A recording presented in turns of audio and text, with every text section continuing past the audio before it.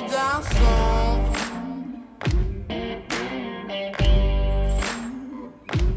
They sing on a sleepless night. Try to catch me howling at the moon.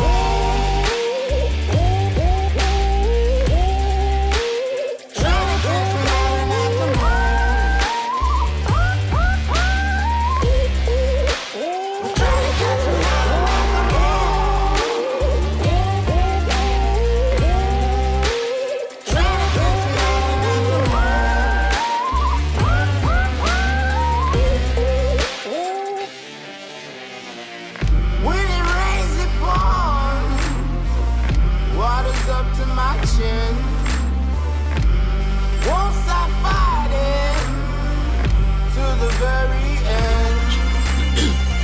Many men try to reach it, many men have failed. Well, if you wanna get to heaven, you gotta raise a little hell. And I've been running from the law.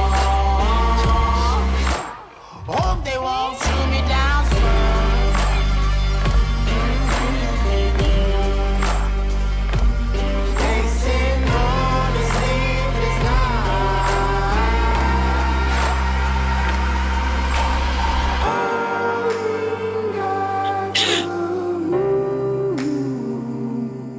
Will you find me? Hope you find me. I'll be back home soon. When the sunrise, when the sun.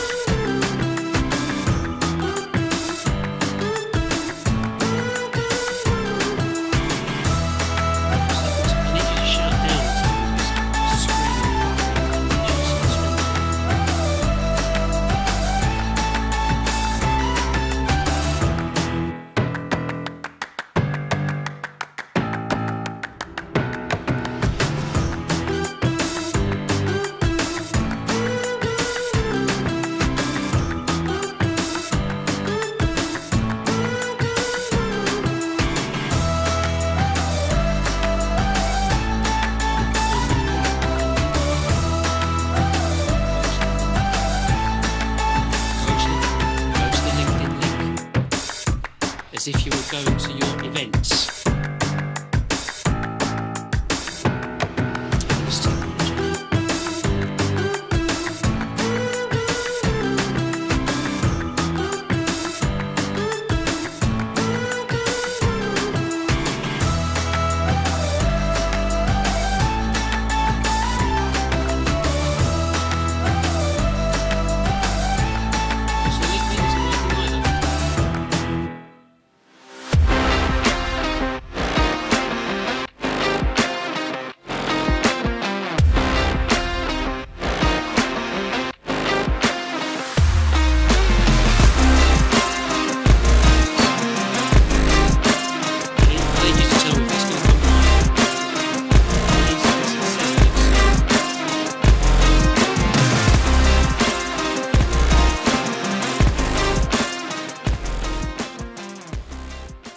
Well, welcome to another live show. We've had just a few technical problems that we're just sorting out. I'm looking at my screen to see if we are live on LinkedIn, but it seems that we're live on one channel but not on another. Okay, you have to bear with me on this.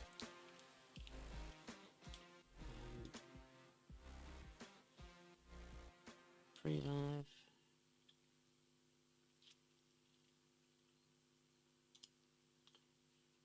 Well, that's a bit of a problem. It's supposed to be live in the theatre. Well, this will be the second time that we've had a problem with this streaming with our studio. This is I'm not quite sure what needs to happen on this, but we might even have to stop and start again. I'm not quite sure.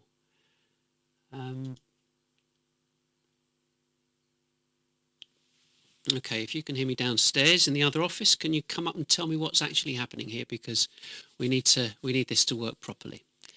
I don't know how many people we've got watching. Let me have a look. Notifications. My notifications. Look at live. I can see that we're live. I can see that there's 3 people there. Well, so much for streaming technology, hey? We're streaming from the notification link, not the event link. So the event link in LinkedIn. Okay, so But Vicky can see you. okay, so I need to understand why this has happened.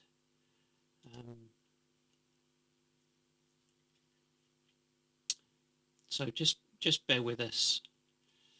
No,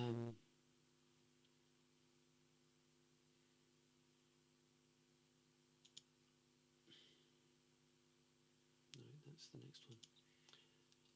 Well, I think we just get on with it. We've got people watching. It's unfortunate that there's a problem. I'm going to have to speak to a company called Restream. Anyway, let's get on with it. Let's get on with it. Welcome. That's the point of live. See, I can cut all of that out when I do the editing. Now, today that kind of throws you out, and it's not about the errors or anything like that happens. It's never about the errors. It's always how you recover. So you're seeing me try and recover now, right? The point of today's show, it's about content, and the whole thing with content is that without it, things kind of fall apart. But the point is that we need to focus on content first. It's the foundation of everything that's going to happen, from engagement and customers and prospects, and everything is underpinned by content. And if we go on to this stuff to begin with, in terms of the show, we're going to cover content and marketing and what's going wrong there. It's very specific and really, really important. We've then got dark funnel, dark social. I'm not going to read all of that to you, but you can read that yourselves anyway. But the point is that having a proper grasp on content will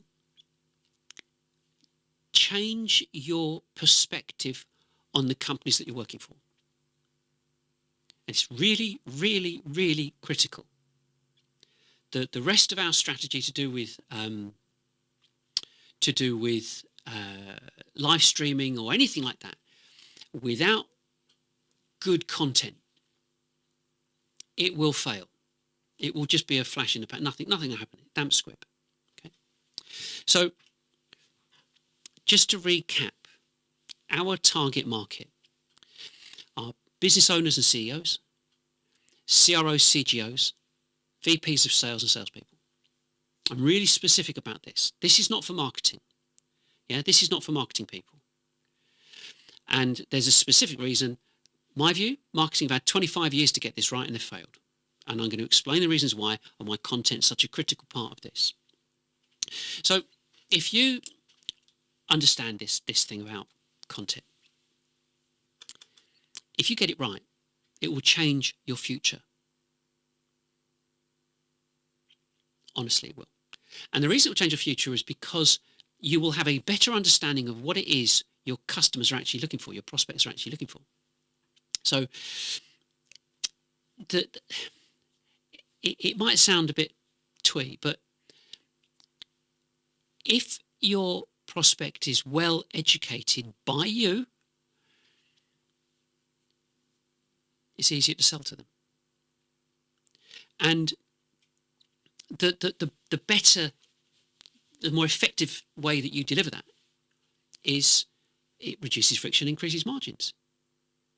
It's like, yeah, I get it, I understand. There's less of a sale. You don't have to put them down that funnel, that answer their questions and handle the objections and take them through that path. I get it, I want it, let's get on with it. That's the objective of all of this. This isn't about, well, you're in sales, get on with it. We'll work over here and do our stuff over here, and you can do your stuff over there. Yeah, and that's what you kind of got to get to understand, is that I'm not saying sales go and do marketing. I'm saying sales have got to understand exactly what they're up to and why they're up to it, why they're doing it. It's really, really important. It's essential. Because you're like this. Because of that. Now, Google it. Not now, watch me, but Google it later. Dark funnel, dark social. These are two terms that have recently come around because marketers are saying that customers, prospects, don't follow a linear pattern, a linear path, as described regarding the funnel. Top, middle, bottom of the funnel, recycle, blah, blah, blah. You've heard it all before. Nonsense. Dark social. Well, it's just like, well, actually, the reason we say that is we don't really know what they're doing on social media. Really? You mean to say that all those directors that you've been trying to cold call are not living their lives on social media? They're running companies. That's what you're telling us, and then they're not actually there. Yeah, maybe something like that. So that logic, dark social and dark funnel, is for a reason. And the reason behind it is that people within marketing have been trained up, taught, impressed upon by big tech, martech to communicate B2C. And all the B2C sites, I'm generalising here with being hobby sites, but all the B2B sites, B2B sites are underpinned, communicated, strategized as if they were consumer websites and consumer companies. But so you look at a hobby site's got banners at the top, down the side, skyscrapers, and the ones at the bottom, the footers. Now, why have they got these banners on there? Because, well, you write about your hobby, people are interested in it, they go to your website and they get paid by the advertisers via AdSense and Google. So you think, okay, that kind of makes sense for them, but we're a business. Exactly, you're a business. You wouldn't be putting somebody else's remarketing adverts on your website. You wouldn't do that. You don't do that. So, bearing in mind that we've got this situation where you've got hobbies, you've got people buying stuff from hobby sites and all this kind of stuff, how is that supposed to impact you as a business? Well, have a look at these people. You know these people. You know who they are and what they do. Now, the interesting thing here, Zoom Info. So you use Zoom Info, firmographic data, yada, yada, yada, put it into Salesforce, and you understand the size and profitability of the company, whether they can afford you or not. Cognizant, similar thing really, isn't it? Not if you look at that again. Cognizant now use Bombara. Bombara are a company that monitors that. They monitor traffic on consumer websites, blend it with a data lake for business data. So now your staff, you as salespeople, you're being given this information. Oh, this is great. We've got all these mobile numbers now. So you can now phone managing directors at home when they're at home on a Saturday morning, or not that you would, but you know what I mean. The reason they've got their mobile numbers is because if people make a consumer purchase, that information goes somewhere. It's picked up, scraped. They combine the consumer data lake information with the business data lake information and the reverse IP lookup, such as lead forensics, Candy, demand base, and so on. Match the two together, bingo, you've got everybody's information. You can phone them anytime, anywhere. How to really upset your prospects. Phone them on their mobile that they know they never gave you. So it's a big problem. So the content and drive is based upon, the mentality is based upon consumer, getting hold of consumer information. And so it doesn't work. So salespeople get it in the neck. Figures are rubbish. Pipeline's no good. And you end up getting moved on. Look, there's no we can't really support you. We can't really fund you. We can't really carry you any longer. We're going to have to let you go. You go, okay. Everybody understands that. But what about the content? Because this stream is about content. What about the content? The problem with content is that when you produce content, when marketing produce content, copywriters tend to write short, scant, few paragraph long content pieces. Now the problem with that is that they need to be longer. There's a method. I'll come on to that next in the next slide. But there's a structure to that. But in the same way that a sales director or anybody in that senior management would say to a salesperson, "Sorry, service is no longer needed," and you're being fired. Why isn't the content fired for not performing? Nobody looks at it like that. So what? Well, it's just content, is it? No, it's not. This is the foundation of your business. This is the foundation of every single prospect you get.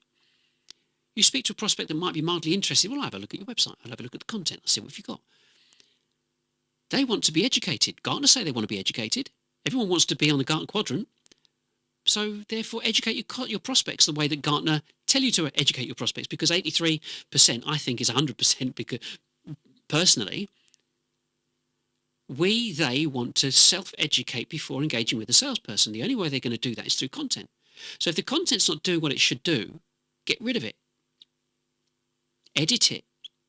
Enhance it. That's what Google expects you to do through sitemap software. It's within the sitemap software, it says, how frequently do you want us to come back and look at all your content to see if it's been changed? Because you could change the heading, you can change the title, you can change body content, you can update it, you can change it because of the date. I don't know, any reason, doesn't matter. But Google expect to come back and recrawl it. So because of that,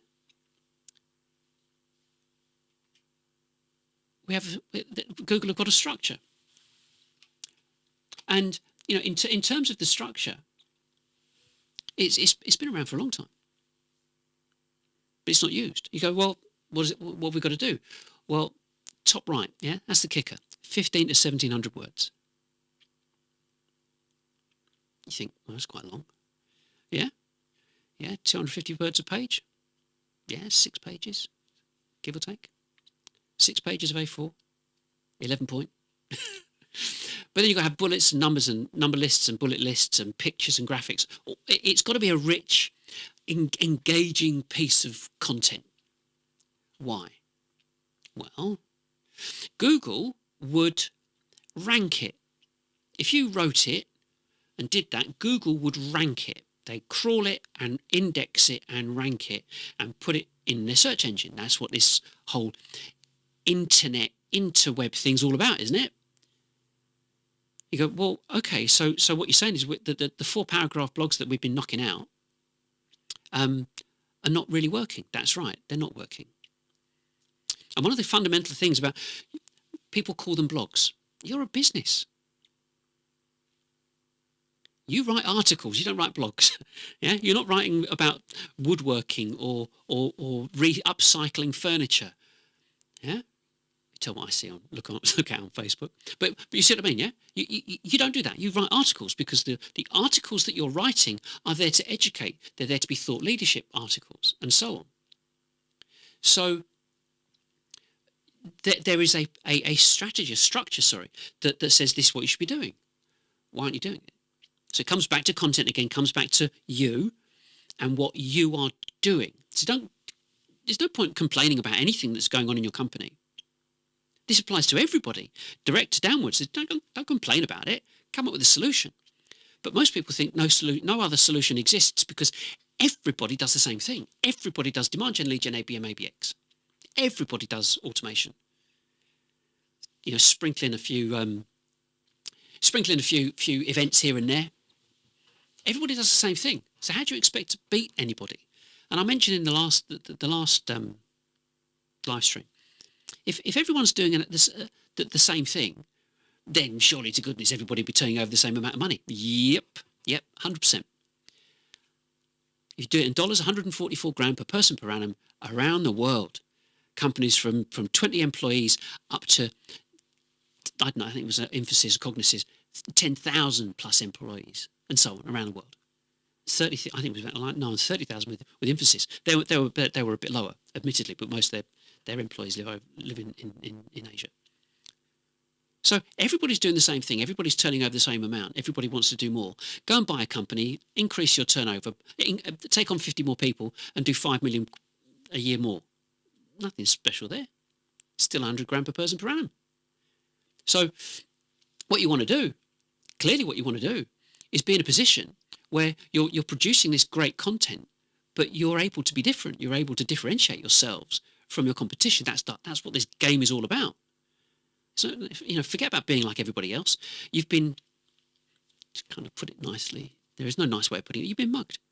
You've been sold a lie. You've been misled by Big Tech, Martech have told their advocates who are the marketing people, this is what you need to do. They've told you what you need to do. You've gone off and bought it. You're the ones with the software and the SaaS and everything else, but not getting any of the results. You're not getting the leads you want or the engagement with your prospects. Why?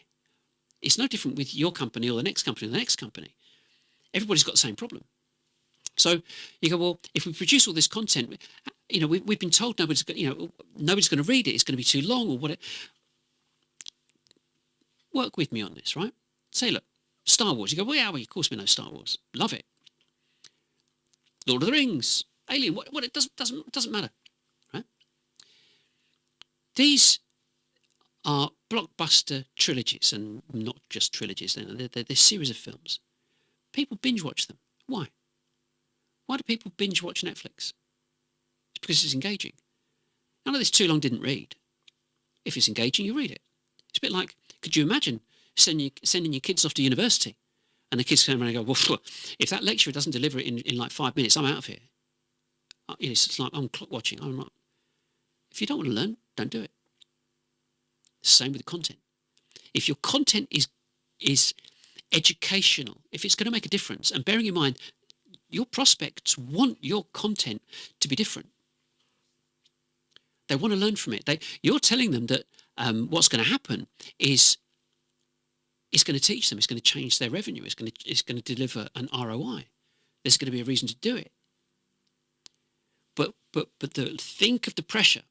This is what we're told. Yeah, we're told TikTok, Instagram, Twitter, the whole social media thing is instant. You know, you've got to do a video that's like this, and it's got to hit the mark within seconds. And if you don't, and then you've got to keep producing more and more and more and more and more. Rubbish. Not for business. I mentioned before about this. I did that schedule on the left 3 years ago. Like I said, this journey's been about learning how things work because they weren't working, and they're not working for people now. It's still not working. And the point of this is that even with AI, there's a link below there, and it's in the description, but there's that link, that URL for YouTube. I saw this guy the other day, and he was saying, ChatGPT is amazing and wonderful and everything else. And he said, we sell men's clothing. He was an English guy, lived in Italy. And he goes, right, this is amazing. I'm gonna blast through this and show you exactly what I'm going to do. I'm going to do it live. So he went through, went on to ChatGPT and said, do you understand it? This is what I want to do. Okay. Do you understand that? Yes, I do. Provide me with a 15-point outline that I can talk about men's clothing to do with funerals. Yeah, pretty specific. Okay, so he gave the outline. Then he said, now explain each of these outlines, explain these in detail. And so ChatGPT went through each one of them and gave like 3 or 4 paragraphs for each of the outline headings for this 15-point article on clothing. It's very special. It's great. And it could be any subject you can imagine. And then he said, it wasn't throwaway at the end. He says, so what you need to do, you need to add into here your table of contents at the top, and your bullets and numbers, number lists and graphics and pictures and videos and links and internal linking. And there's your content, and it got ranked within 2 hours. You think, wow, but we're not consumer. No, you're not. So the thing is, why? What's the deal? So why go to all that effort to get gold star from Google, saying, oh, so we've got this, but we're talking about consumer here. So just consider this for a second. So here we go. The reason that you want to do or follow a Google template for all of your content is because you want to engage your prospects. And it doesn't matter what you do, it doesn't matter what content you do. You are expected to provide rich content, not throwaway, scant, bland stuff, yeah? And the other part and problem, marketers have for a long time said that you need to write for personas. So you've got all this content. Imagine multiplying. I saw a thing on GB News saying that there were the multi-genders, yeah? Now, that causes a problem if you're going to do persona marketing. So let's just not deal with that. Let's deal with what is the problem within a business, because the business has a problem. It doesn't matter who works for the business, they have the problem. So looking at this primary, secondary, general product and how to buy. Primary content is your educational content, your thought leadership stuff. That's what they're after. That's what they want to get their teeth into. Your secondary content is, podcasts. I can't read it, but it's podcasts and information, customer stories, that type of thing. You've then got, where are we? There we go. Customer stories, social proof, podcasts, videos, and so on. That's all secondary content.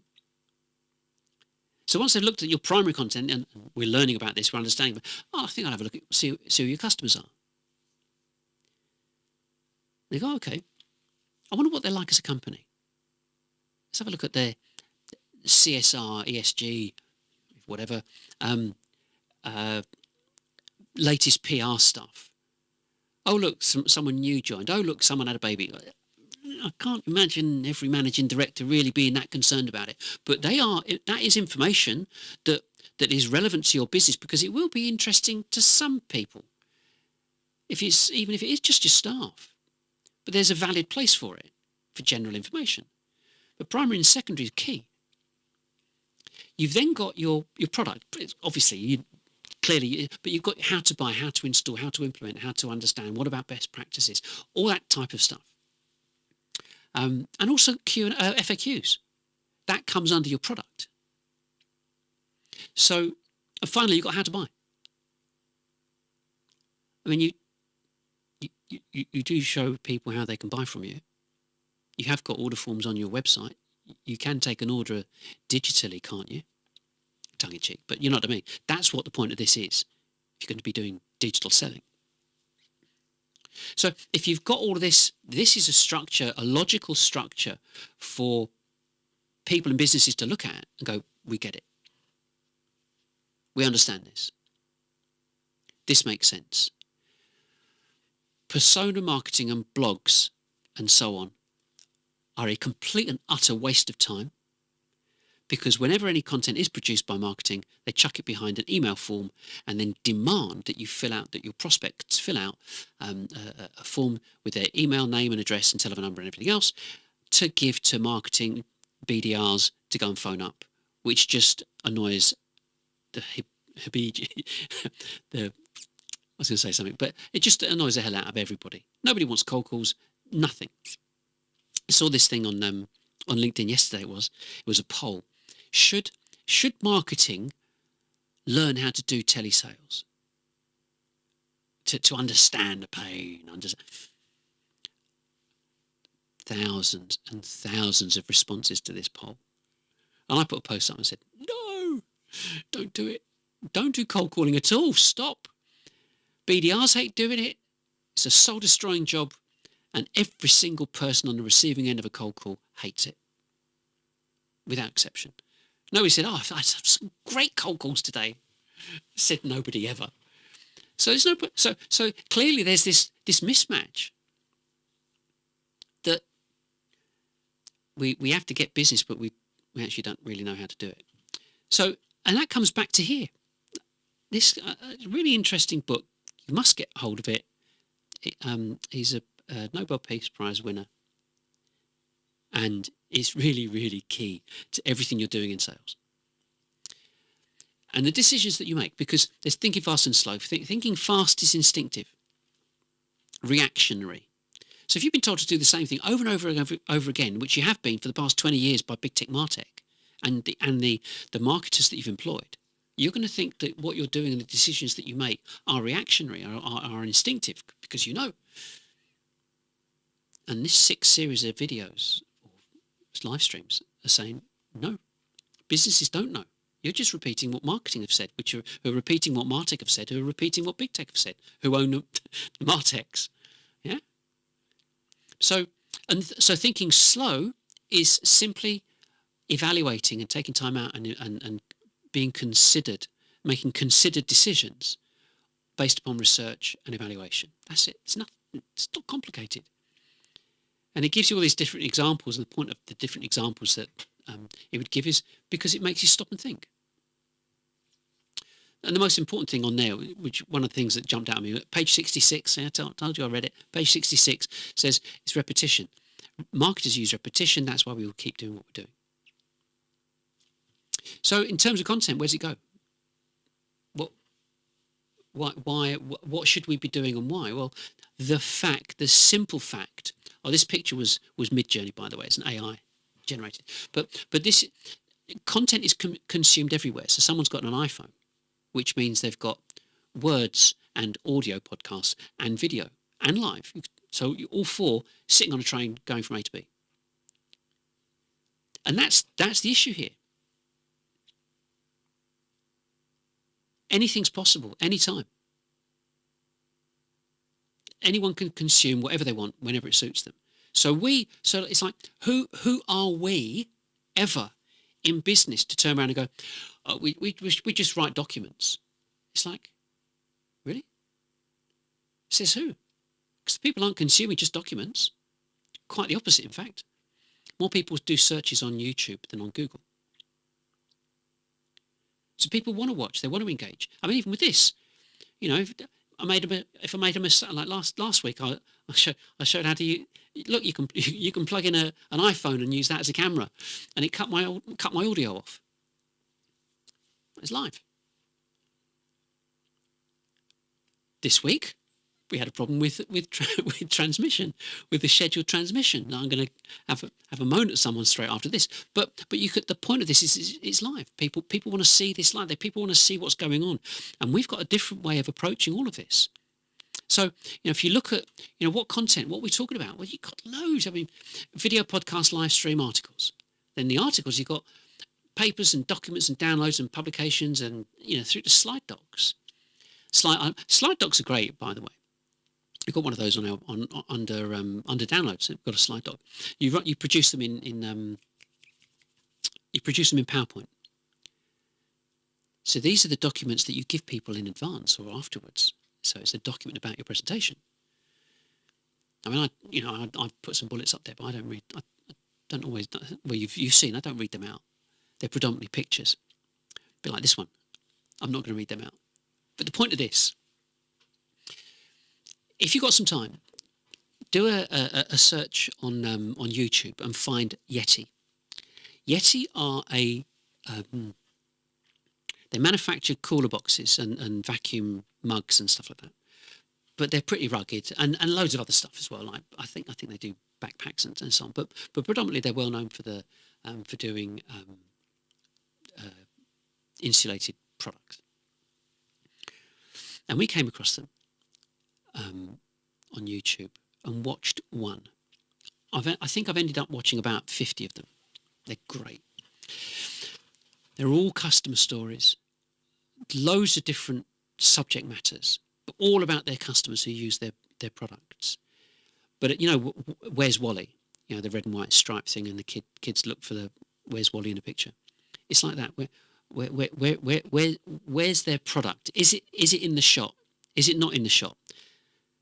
And sometimes you don't even see it at all, because they're communicating about their customers. They're demonstrating to all of their prospects, all their potential customers. Yes, it's B2C. Doesn't matter. They're showing how important and how interested they are in their customers. And there's absolutely nothing stopping you doing the same thing. Nothing. Your customers will love you for it. You do a great 5, 10, 15, 20, 30, what doesn't matter. Do a documentary about them, how they started, where do they come from, who's involved, what they do there. And by the way, we use XYZ software to do with this, that and the other. As a passing comment. But do that, produce it, put it on there, post it out, share it around. People, they go, your company loves that customer. Look what they did for them. Worth a fortune. Longevity for years. Yeah? On your website for years. You don't need them singing your praises. You just need to show that you're interested in them. That's what selling's about. So it's really worth a look. Really, really worth a look. And the other one's just is an illustration, really. So one-man show. Yeah? Here I am. I'm pressing a button. I'm changing the view. I'm looking at screens up here, making sure that the stream, the bit rate is okay, and that the volume levels are okay, and all this. I'm moving my microphone. One-man show. But if you've got two people, that changes the chemistry, and you've got a bit of banter between them, and they're talking about different things and introducing other things and introducing video clips and introducing this and that and the other. It becomes really watchable. We're in the UK, so you watch Graham Norton, or if you're of an age, Parkinson, or you've watched breakfast TV, or you've watched 6 o'clock one show. You've watched these different shows. The States have got all, whether it's Crowder or whether it's all the different talk shows over there. People love watching them. They'll go and sit in the audience. What do you think they'll do online? Constantly doing it online. And that's what this is about. This is all about content, all about a way of engaging and drawing your customers into you, but doing it in such a way that means that it's not going to cost a fortune. Far from it. Because what you're doing is, if there's 1 or 2 or 3 of you, plus a techie or whatever, but the fact that I'm doing this solo means there's not a massive cost in terms of human resources to do this, but the reach is spectacular. And that's what you've got to consider, that the reach is absolutely spectacular. One person could, if, I said before, you could message however many people, get them to come and watch it. Cost pennies. But I'm not going to talk about that just yet, because that's for next week. So just to kind of finish off on this, this is a big deal, and it's something you have to kind of think about, especially being a director. that you pay people whatever you pay them, and you expect them to perform. Of course you do. In every area of the business, you expect them to perform. You pay them a high salary for you to tell us what we need to do and to drive. Collectively, we drive our business forward. And they are telling you what to do. It's not the right thing. That's where it's really bad, really scary. I mean, if you, for example, there are other scenarios where the directors are going, it doesn't really matter about marketing. It's never worked properly. I'm going to drive this. I'm going to call the shots in terms of marketing. All you're doing is acting as a fanboy or girl for the MarTech companies, just repeating through repetition, going back to Daniel Kahneman, through repetition, doing the same thing you've been told to go and do for the past 20 years. So it's a bit of in my view, it's a bit of a mess in terms of how businesses are attempting to move forward. And the big kicker is, so if your average turnover is 144 grand per person per annum, and that's the average, anything below that, you've got a problem. But Microsoft's $1 million, Google's $2 million per person per annum. So there's a lot of scope for you. Massive scope for you. So the point, we've covered these aspects, and the point is, if you as an organisation and you as individuals, because you can't back everything off to marketing. It was not my problem. It is your problem. It's always been your problem, because whilst you've been told, leave it to marketing, follow the marketing, and no. That's when it became your problem, because marketing are getting it wrong. You can write an article about a prospect or about a customer, about the problems they encountered, how they solved them, how your product actually worked and changed the way that they did things and improved X, Y, and Z and changed this ROI. You can write about that. You can be as detailed as you like. You can write that business case. Marketing can't. They don't sell. You sell. They're admin. Salespeople have targets. Admin have KPIs. That's my view. And they'll fight. Like I said last week, they'll fight to keep budget. Even the MarTech people will look to educate them how to construct an argument to hold on to budget so you can keep paying them. It's bizarre, really bizarre. And so let's assume what you've done what you're going to do over the next 7 days is look at and evaluate all of your content and what you're doing. What's gated, not gated, what works, what doesn't work, what's been written, what hasn't been written, what could be written. You've got a week to do that. And next week, we're going to go through the stages and steps to get your business ready for digital selling, which means looking to reach out at scale. And that's really exciting, because selling's a numbers game, right? We all know it is. So who's going to manipulate and orchestrate the numbers? And you've got to know how to do it. It's not complicated, and it's not expensive. It's pennies. I mean, talking pennies. Like, for argument, £2 a day, £50 a month to do what you need to do, because there's a specific logic to it. Yes, you can do pay-per-click, and you can guarantee if you've got a 10 grand budget, that 10 grand budget will go. It is unrelenting. It will take your money, but you don't get the leads. Look at how many leads you've had over the past 10 years.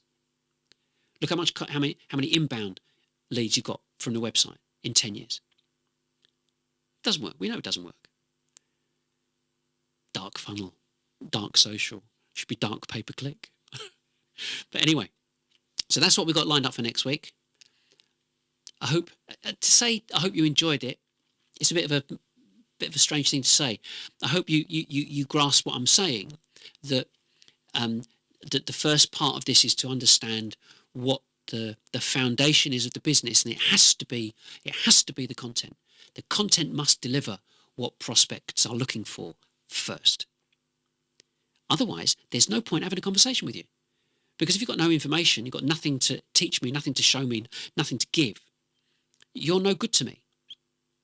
So if you present a logical, structured argument over multiple pieces of content, then that's what they want. That's how we have always purchased. We've always bought stuff like that. You buy a car, they go, oh, this salesman came up to me and I just happened to buy a car.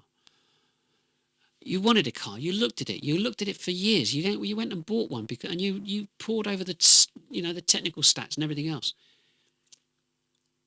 The desire was strong enough, you wanted it. You want a sofa, you bought a new sofa because the string was in your backside. You got fed up with it, so you went and bought a new sofa. You're not going to apply the same logic to business. It's like, we need to move forward. We need to move forward profitably. How do we do it?